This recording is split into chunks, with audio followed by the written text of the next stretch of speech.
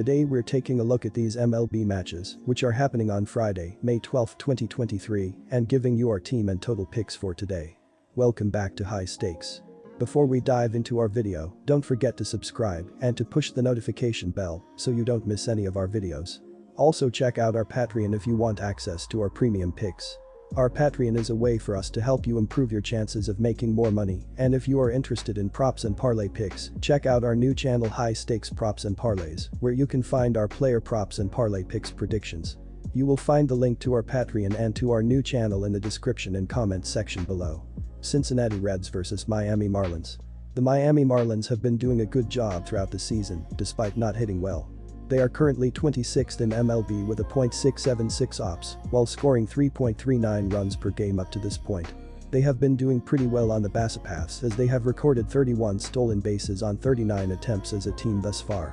Designated hitter Jorge Soler, 9 HR, 20 RBI, has been on fire lately, with 4 homers and 10 RBI in his last 7 games. If you erase the most recent start for Graham Ashcraft, he has not allowed more than 2 runs in a game. The ability to do well when looking at the batting average of balls in play throughout the month of May, there is a bit of a difference as Cincinnati is 17th in the majors with a .285 team BABIP, while Miami is 21st with a .278 team BABIP thus far. Cincinnati has won 15 of the last 21 games against Miami, so go with the Cincinnati Reds as a road underdog to win this game. Graham Ashcraft has been doing well while Yuri Perez has the advantage of these hitters not seeing his pitches before.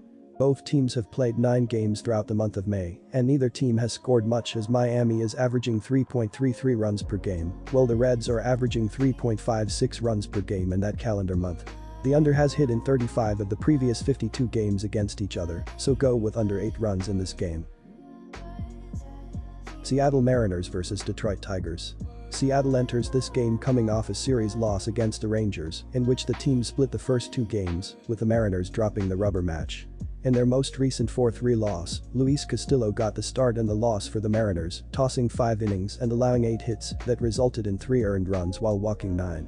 From then on it was a bullpen game for the Mariners, with the pen doing a solid job outside of Brash's appearance in the 6th, in which he let up an additional run that ended up being the decider. On the offensive end, the Mariners totaled 7 hits and 3 runs in the game. Jarred Kelenic had the only multi-hit game, going 2-4 with an RBI, courtesy of the triple he hit in the first. J.P. Crawford went 1-3 with a run scored and an RBI. Other than that, not much else happened on offense, and a little more production probably would have won them the game in the aspect. Taking the Mariners to win this game for a couple of reasons. Despite their sub .500 record, this feels like a game series for the Mariners. The Mariners are better than their record shows and have gone 7-3 in their past 10 games. They have a slight edge on the bump this game, throwing Marco Gonzalez against an inferior lineup in comparison to Matthew Boyd.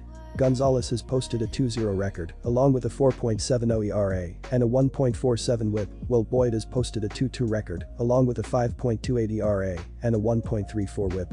Look for the long ball to boast the Mariners over the Tigers in this one, as this should be a relatively high-scoring affair given the pitching matchup. In terms of trends, the Mariners are 6-1 in these teams' past 7 meetings overall, and are 4-1 in these teams' past 5 meetings in Detroit. For these reasons, I am confident in taking the Mariners to win this game. Seattle Mariners money line. Taking the over in this game for a couple of reasons. Both teams are coming off relatively low-scoring series and feel due to some high-scoring games moving forward, especially when considering the pitching matchup for this game. The Mariners give Marco Gonzalez the start, who has posted a 4.70 ERA and a 1.47 WHIP, while the Tigers give Matthew Boyd the start, who has posted a 5.28 ERA and a 1.34 WHIP at this point in the season. Both bullpens have also been a little inconsistent thus far, so we could say additional runs in the late inning if needed. The offenses will have different ways of scoring, with the Mariners relying more on the long ball, while the Tigers look to manufacture runs. In terms of trends, the Tigers have gone over in 3 of their past 4 game ones of a series, in 6 of their past 7 games against a left-handed starter, and in their past 4 home games against a team with a winning record. In addition, when these teams have faced off in the past, they have gone over in 3 of their past 5 meetings overall, with 2 pushes, and in 3 of their past 5 meetings in Detroit with 1 push. For these reasons, I am confident in taking the over for this matchup. New York Mets vs Washington Nationals. Tyler Megill has struggled throughout the season when looking into his baseball saving page, as he is in the 6th percentile in chase rate, 13th percentile in ZERA, 16th percentile in SPA, and 16th percentile in whiff percentage. He throws 4 different pitches: fastball, slider, changeup, curveball, and his heater has been hit the most as hitters have a .295 batting average and a .492 slugging percentage. Megill faced the Nationals 3 times last season, and he went 1-1 in 8.1 innings and allowed 8 runs on 13 hits, with 1 hit by pitch, 1 walk, and 8 strikeouts. Mackenzie Gore has been struggling this season, according to his baseball saving page, as he is in the 85th percentile in strikeout percentage, 76th percentile in whiff percentage, 73rd percentile in barrel percentage, and 73rd percentile in XSLG. Gore has a 4-pitch arsenal as well: fastball, curveball, slider, changeup, and his curveball has been his top pitch, as hitters have a .154 batting average against with 18 strikeouts. He faced the Mets 1 time already this season and won as he threw 6 innings and gave up 1 run on 4 hits with 2 walks and a season-high 10 strikeouts. Looking at the ability to hit with runners in scoring position this season shows how these lineups are producing in a position to score runs. Washington is 8th in the majors with a .272 team batting average, while the Mets are 26th in the sport with a .233 batting average so far. Mackenzie Gore has pitched 3 quality starts in his last 4 games, while Tyler Megill has allowed 3+ runs in his last 4 starts. The Nationals should be able to pick up the win here, so go with the Washington Nationals on the money line. Both pitching staffs throughout the season have struggled as the Mets are 23rd with a 4.73 team ERA, while the Nationals are 19th in the majors with a 4.44 team ERA. Thus far, there is a major difference in the ability to score runs as of late, with the Mets scoring 17 runs in their last 6 games, 2.83 runs per game, while the Nationals have recorded 34 runs in their previous 6 games, 5.67 runs per game, in that stretch. All in all, go with over 9 runs to hit in this game as well.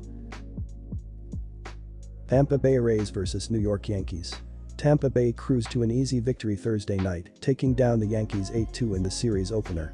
The Rays entered the game as a +102 moneyline underdog, while the 10 combined runs were enough to clear the pregame total of 8.5 runs. There wasn't much scoring early in this one, as the first run didn't come until a Yandy Diaz RBI double in the 5th. The Rays would go on to score the next 7 runs, with Josh Lowe leading the way.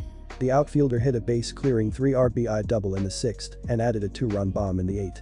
As for the pitching, Drew Rasmussen was excellent in his start, tossing 7.0 scoreless frames and allowing just 2 hits. He earned the win without much of a sweat. This divisional clash features 2 starting pitchers who have had very different careers. Trevor Kelly has made just 33 career appearances with 4 different teams, while Jarrett Cole has 275 career outings and has been a certified ace for years. While the Rays are red hot, I'm going to ride with the tried and true starter in Cole. The right-hander just faced the Rays last week and blanked them over 4.0+ innings. However, Tampa Bay got to him for 5 earned runs over the next 1.0+ innings. While the Rays have the best defense in the league, I'm going to take a shot with the under in this one. I think Cole bounces back in a big way in front of his home crowd. If he does get into trouble the 3rd time through the lineup like last time, I expect a much shorter leash from Aaron Boone. He does have the 2nd-ranked arm barn in terms of ERA, 2.99, that he can turn to. On the flip side, the Rays will likely opt for more of a bullpen game, with Kelly getting the nod. As we all know at this point, Tampa Bay produces some of the best pitchers in baseball. Occasionally you'll see a bullpen game and automatically assume that it's going to be a hitfest. Not with the Rays. These guys breed lethal relief pitchers. They're 4th overall in both ERA, 3.08, and WHIP, 1.16. Let's ride with the under in this spot. Pittsburgh Pirates vs Baltimore Orioles. Pittsburgh has dropped to 11th in runs per game. In their last 10 games, Pittsburgh's team ops is only .566. They're hitting .181 in those games with only 5 home runs. Even their base stealing has fallen off. Pittsburgh loves to run, leading the league in stolen bases, 48, and times caught stealing, 15. Although nobody wants to get caught, a 76.2% success rate at a high volume is very productive. Over the past 10 games, their clip is only 60%, 9-15, which isn't nearly as rewarding over an extensive stretch. Most of Pittsburgh's offensive numbers are on the right side of things, such as the 4th highest walk rate, but things aren't working right now. It happens to every team at some point in every season. Pittsburgh comes into Baltimore struggling as the bats have gone cold, which is why I like Baltimore on the money line at -155, as it is a good price for the Orioles. Contreras is a good middle starter and has some solid outings, but Wells has been solid this season, and I do expect him to carve through this Pirates lineup, which is struggling in May and are having a hard time getting hard contact. This season, Baltimore is 7-2 as a home favorite, while as a road underdog, the Pirates are 8-7.